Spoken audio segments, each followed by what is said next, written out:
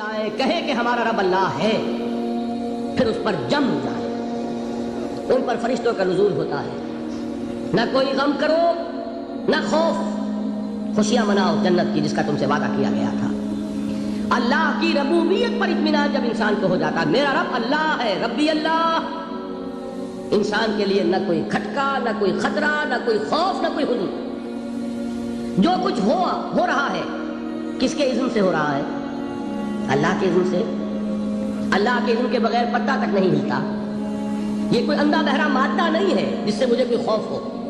اندھا بھینسا چلا رہا ہو اس سے تو ڈرنے کا ہر انسان کو ڈرنا چاہیے، نہ معلوم کس کو ٹکر مار دے، لیکن نہیں، اس کائنات کو چلانے والا ایک سمیع و بصیر خدا ہے، وہ جو میرا دوست ہے، میرا ولی ہے۔ اللہ ولی الذین آمنوا یخرجہم من الظلمات الی النور۔ اللہ اہل ایمان کا ولی ہے، ساتھی ہے، پشت پناہ ہے، مددگار ہے، حمایتی ہے۔ بتائیے جسے یقین ہو جائے کہ اللہ میرا مددگار، اللہ میرا محافظ، اللہ میرا پشت پناہ، اللہ میرا حمایتی، اس کے لیے کوئی خوف ہوگا؟ اس سے کوئی ڈر ہوگا؟ میں مثال دیا کرتا ہوں ایک بہت سادہ، پنجاب کے دیہات کی۔ تو بڑا چودھری ہے اور کوئی غریب کسان ہے، اس غریب کسان کی کہ جانوروں کو ہر وقت اندیشہ ہوگا چوری کا، کوئی میری بھینس کھول کر نہ لے جائے، کوئی میرا بیل کھول کر نہ لے جائے۔ لیکن جس کے بارے میں یہ سب کو معلوم ہو کہ وہ جو بڑا چودھری ہے وہ اس کا دوست ہے، اس کی بچیا کو کوئی خوف ہوگا؟ اس کی بھینس پر کوئی ہاتھ ڈالے گا؟ اسے کوئی اندیشہ ہوگا؟ نہیں۔ کیوں؟ کہ وہ بڑا چودھری، بڑا اس کا یہاں کا سردار، جاگیردار، سب کو معلوم ہے وہ میرا دوست ہے، کوئی میرے خلاف اقدام نہیں کر سکتا۔ اس دنیا میں یہ چھوٹی سی بات اگر آپ کے دلی اطمینان اور سکون کا باعث بن سکتی ہے تو ذرا تصور کیجئے۔ میں لفظ تصور استعمال کروں گا صرف اس لیے کہ اس کا ہم جس کو کہتے ہیں ادراک اور شعور کر نہیں سکتے، اگر کے ساتھ کر سکتے۔ اگر یقین ہو کہ اللہ میرا مددگار اور یقین ہو کہ اللہ ہر آن میرے ساتھ ہے، پھر کوئی خوف، کس کا خوف؟ کوئی شے اللہ سے بالا تر ہے؟ کوئی قوت اس سے زیادہ طاقتور ہے؟ کوئی اس کے ارادے کو بدلنے والا ہے؟ کوئی اس کی مشیت کے آڑے آنے والا ہے؟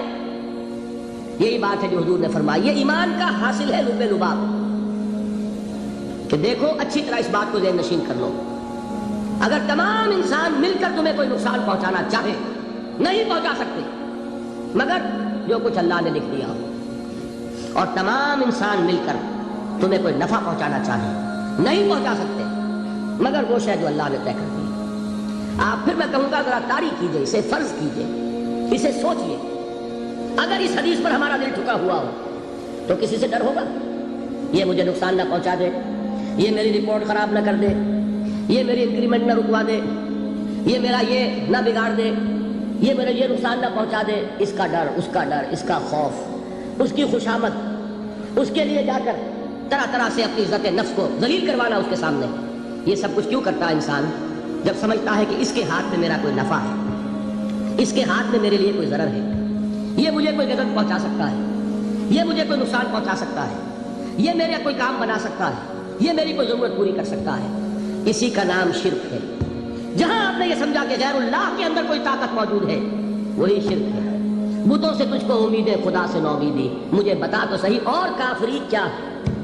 شرک تو یہ ہے جس پر بھی تمہیں یہ خیال ہے، کلمہ ہے یہ کلمہ سوم، لا حول ولا قوت الا باللہ، ذرا اس پر دل کو کبھی اگر آپ تصور کریں، پھر فرض کریں، دل ٹھک جائے اس پر، کوئی طاقت نہیں۔ یہی بات تھی جو شیخ عبد القادر جیلانی رحمۃ اللہ علیہ نے اپنی وصیت میں اپنے بچے سے کہی۔ 11ویں دینے والے ہیں لیکن حضرت شیخ عبد القادر جیلانی کی وصیت اور تعلیمات کو کتنے لوگ ہیں جو جانتے ہو؟ یہ جن مقامات تک پہنچے ہیں وہ کس چیز کی بدولت پہنچے؟ انہوں نے جو پیغام دیا وہ کیا تھا؟ اے میرے بچے، جس طریقے سے قرآن مجید میں حضرت لقمان کی نصیحتیں جو ہے نقل کر دی گئی ہیں، میں یہ عرض کروں گا بالفرض اگر قرآن حضرت عبد القادر جیلانی کے بعد نازل ہوا ہوتا تو شیخ عبد القادر کی یہ نصیحتیں بھی قرآن میں درج ہوتی۔ اتنی اونچی نصیحتیں ہیں۔ اے میرے بچے، اس حقیقت کو ذہن نشین کر لے، لا فاعل فی الحقیقت ولا مؤثر الا اللہ۔ اس کائنات میں نہ کوئی فاعل حقیقی ہے نہ مؤثر حقیقی ہے سوائے اللہ۔ کسی شے میں کوئی تاثیر نہیں اگر اللہ نہ چاہے۔ آگ جلا نہیں سکتی اگر اللہ نہ چاہے، پانی ڈبو نہیں سکتا اگر اللہ نہ چاہے، زہر ہلاک نہیں کر سکتا اگر اللہ نہ چاہے، کوئی چیز فائدہ نہیں پہنچا سکتی اگر اللہ نہ چاہے. تو در در پہ کیوں سر جھکاتے ہو؟ در در پر کیوں جبیں سائی کرتے ہو؟ سب کے سامنے کیوں ہاتھ پھیلاتے ہو؟ ایک اللہ سے مانگو، ایک اللہ کے سامنے زمین پر اپنی جبین رکھو. لا فاعل فی الحقیقت ولا مؤثر الا اللہ. نظر آتا ہے ہمیں کہ پانی پیاس بجھا دیتا ہے، پیاس بجھانے کی صلاحیت پانی میں نہیں ہے، اللہ کے اذن سے. کھانا بھوک مٹا دیتا ہے، بھوک مٹانے کی صلاحیت کھانے میں نہیں ہے، اذن رب میں. دیکھیے یہی یقین تھا. حضرت موسیٰ علیہ السلام کا واقعہ یاد کیجئے. سامنے سمندر آ گیا ہے، قوم دیکھتی ہے پیچھے کہ گرد و غبار کا طوفان ہے. معلوم ہوا کہ فرعون اپنے لشکر سمیت آ گیا. لشکر جب چلتا تھا تیز رفتاری کے ساتھ تو گرد و غبار کا جو طوفان اٹھتا تھا اس کا تصور کیجیے. اور لمحہ بلمحہ وہ قریب آ رہا ہے. پوری قوم نے کیا کہا ہے؟ اے موسیٰ انا لمدرکون، اے موسیٰ ہم کو پکڑے گئے.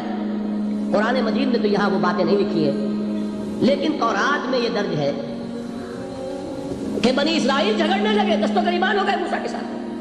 موسیٰ نے یہاں فرمایا لا کر اس سے تو ہم ہی بہتر تھے، وہاں کھانے کو ملتا تھا، زندگی تو تھی، بیگار ہم کر رہے تھے، موت تو نہیں تھی. اب جو کچھ ہوگا اس کا تصور کرو، جس طریقے سے ہمارے ٹکڑے اڑائے جائیں گے. تو لڑ رہے ہیں حضرت موسیٰ علیہ السلام سے. یہ تورات کی تفصیل ہے. قرآن میں صرف اتنا آیا ہے، پریشان ہو کر انہوں نے کہا انا لمدرکون، موسیٰ ہم تو پکڑے گئے. اس وقت موسیٰ کا جواب کیا ہے؟ کلا ان معی ربی سیہدین. نہیں، میرے ساتھ میرا رب ہے، وہ راستہ دے گا. بتائیے کہاں راستہ نظر آ رہا ہے؟ یہ ہے ایمان بالغیب. راستہ نظر نہ آئے تب اللہ پر یقین ایمان ہے. جیب میں پیسے ہوں اور تب دل کو اطمینان ہے تو ایمان کس پر ہوا؟ پیسے پر، اللہ پر نہیں. جب وسائل و ذرائع نہ ہو اور پھر یقین ہو کہ اللہ مسبب الاسباب ہے، وہ اسباب کا پابند نہیں ہے، وہ اسباب کا محتاج نہیں ہے، اسباب اس کے محتاج ہے. اگر یہ یقین ہے تو اللہ پر ایمان ہے. یہ نہیں ہے تو تمہارا ایمان اسباب پر ہے، وسائل پر ہے، ذرائع پر ہے، مادیات پر ہے، اللہ پر نہیں. اس وقت کہاں راستہ تھا؟ کوئی راستہ تھا؟ سمندر ہے اور ادھر سے لشکر آ گیا ہے. کلا ان معی ربی سیہدین. اب دیکھیے ایمان کہہ دینا آسان ہے، ہوا معکم اینما کنتم، جہاں کہیں بھی تم ہوتے ہو اللہ تمہارے ساتھ ہوتا ہے.